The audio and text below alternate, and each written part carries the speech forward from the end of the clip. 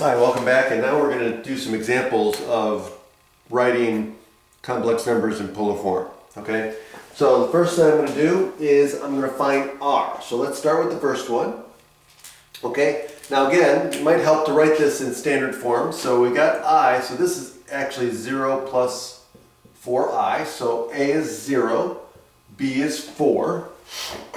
And so r, again, is the magnitude, right? So r, the modulus, is going to be the square root of 0 squared plus 4 squared, which equals the square root of 16,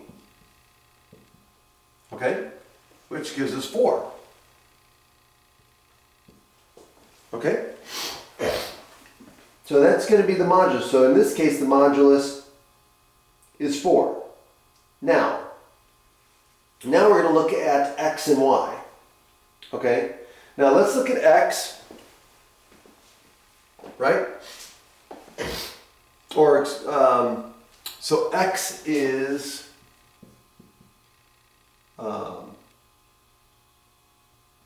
r cosine theta, right? So in this case,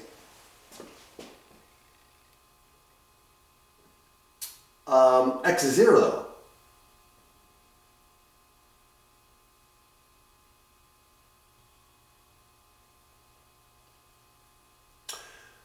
And how do I know that? Well, because remember, this is in the x direction, this is in the y direction. So remember the standard form, let me just write here. So in the standard form, remember, in the standard form of a complex number, it's a plus bi, but in this case, because we're dealing with the rectangular plane, right, in a sense, right, we've got the x, and we've got the imaginary direction, which is in y, but it's still the same as what we did with the rectangular plane. So instead of a plus bi, this is x, right? Because the real part goes in the x direction, and this is y, because it goes in the imaginary direction, or the y direction on the y-axis. Okay, so when we write this, I usually think a plus bi, because that's when you first learn complex numbers, that's the way we learned it, a plus bi. But now that we're dealing with polar form, we're dealing with the imaginary plane, we typically write x plus yi, okay? So in this case, x is 0, okay? So that means that, and r of course is 4, so we're seeing 4 cosine theta is equal to 0 then, right? Which is the same as saying cosine theta is equal to 0. Okay, so when is cosine theta equal to 0? Well, we know that that happens when theta is pi over 2, or any multiple of pi that's added or subtracted to that.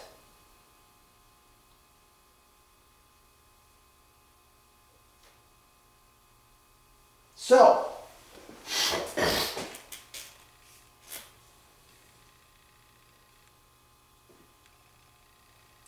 now that we know that that's the argument, so we found r, the modulus is 4, and the argument is pi over 2. So now we're pretty much done. You can say, remember, those are the only two things we need. So we can write z in polar form by saying z is equal to what? 4 times the quantity cosine pi over 2 plus I sine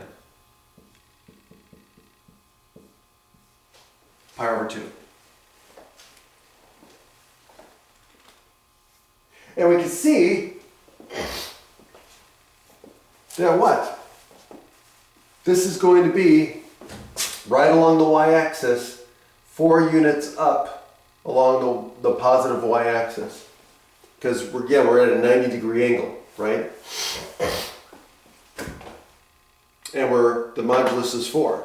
So the argument is at pi and a half, that's 90 degrees. Modulus is 4. That puts us 4 units up on the y-axis, or the imaginary axis in this case. Okay, now what about this one? So let's do the same thing.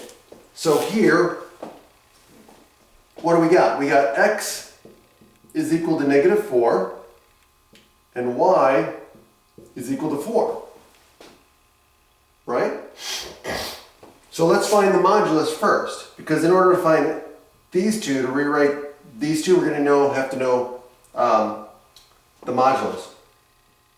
So r equals the square root of -4 squared plus +4 squared. Okay? And that's going to give us the square root of 16 plus 16, which gives us the square root of 32, which is going to give us 4 times root 2. Okay, so you always want to simplify it as much as possible, if possible. Okay, so now we're going to go again and find x. Okay, so we start with x, and we say, okay, well, cosine, so again, the module, so x we know is equal to r cosine theta. Okay, and so x is equal to -4, r is equal to 4 root 2 cosine theta. And so if I divide both sides by 4 root 2, well, that gives me what? Well, that's going to give me cosine theta is equal to -1 over root 2. Okay, now, so notice that cosine is negative. So cosine is negative in the second and third quadrants. Okay, so that means that we're going to be in the second quadrant. Okay, and the fact that this is adjacent over a hypotenuse. Okay, this tells us that this is going to be a 40. Oh, hold on a second. Yeah, this is going to be a 45-degree angle. Okay, so this is going to be pi over 4. Now, it's in the second quadrant, so if it's in the second quadrant, it's not going to be pi over 4, it's going to be 3 pi over 4. Okay, so the argument in this case is going to be 3 pi over 4. So that implies that theta is equal to 3 pi over 4. And so now we've got the argument and we've got the modulus. We can write our complex number in polar form. So we would say z is equal to 4 root 2 times the quantity cosine of 3 pi over 4 plus I sine of 3 pi over 4. And that would be our answer.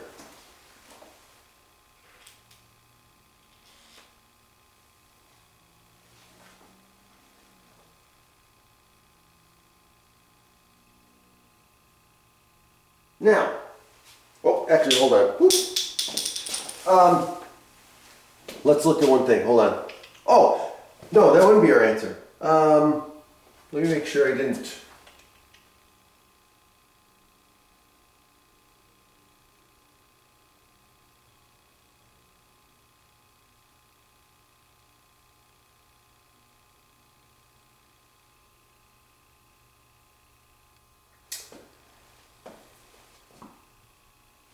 Yeah, that's right.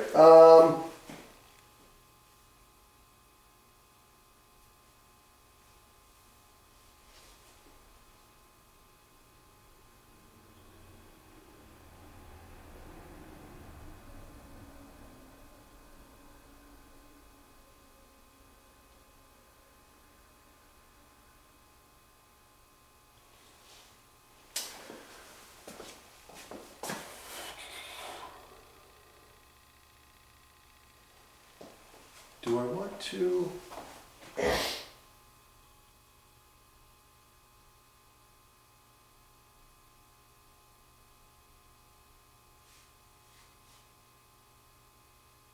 Yeah, that's right. Okay. Okay, so let's do the last one. Okay, so again, we want to write this in polar form. So we need the modulus and we need the argument. So again, I'm going to start with r. So r equals the square root. And now I'm going to use x and y, so it's going to be x squared plus y squared, right? And so x in this case is square root of 3.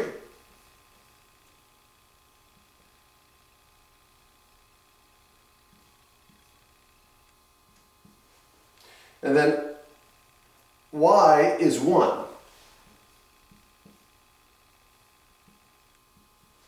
And so what do we get? We get the square root of 4, which equals 2. So the modulus in this case is 2. Okay, so now, again, we know that x is equal to r cosine theta, which in this case is equal to the square root of 3. Right? And then r, in this case, is 2. Oops, not 4.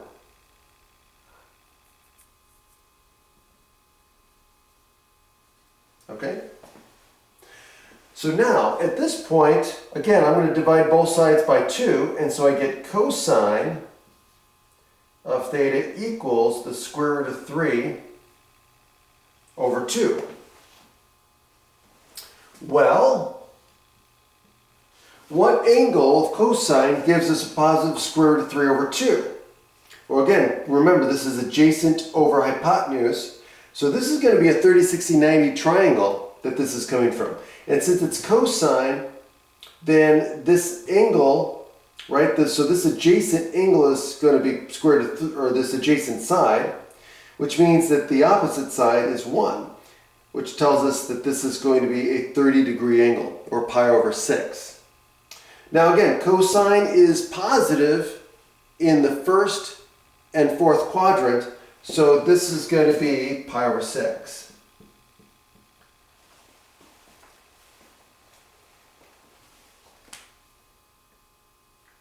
Okay, so now that we got the argument and our modulus, now we can write the form.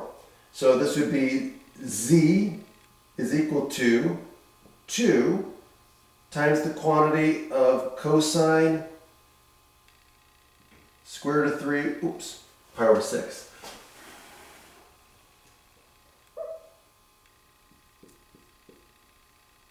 Pi over 6 plus I sine pi over 6.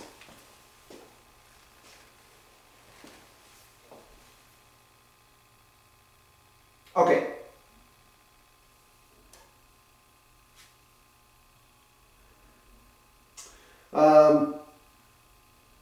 Now, there's an abbreviation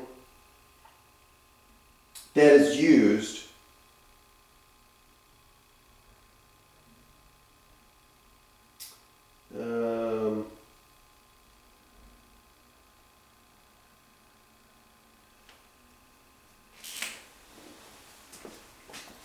instead of writing all of this out, right? So there's an abbreviation, since instead of just writing this part out here, you can write CIS with the angle. So for example, and I'll just do it for this one, if you wanted to abbreviate this, one of the things you can do is you can write this as Z and then R, which is square root, 4 times square root of 2, and then you would write CIS, and then the angle, which would be 3 pi over 4. It's an abbreviation for cosine I sine. Okay, so cosine plus I sine is abbreviated here, CIS. Okay, so instead of writing this out, you could write R, CIS, and then the angle. Okay, again, that's just an abbreviation for the result. Okay, have a great day.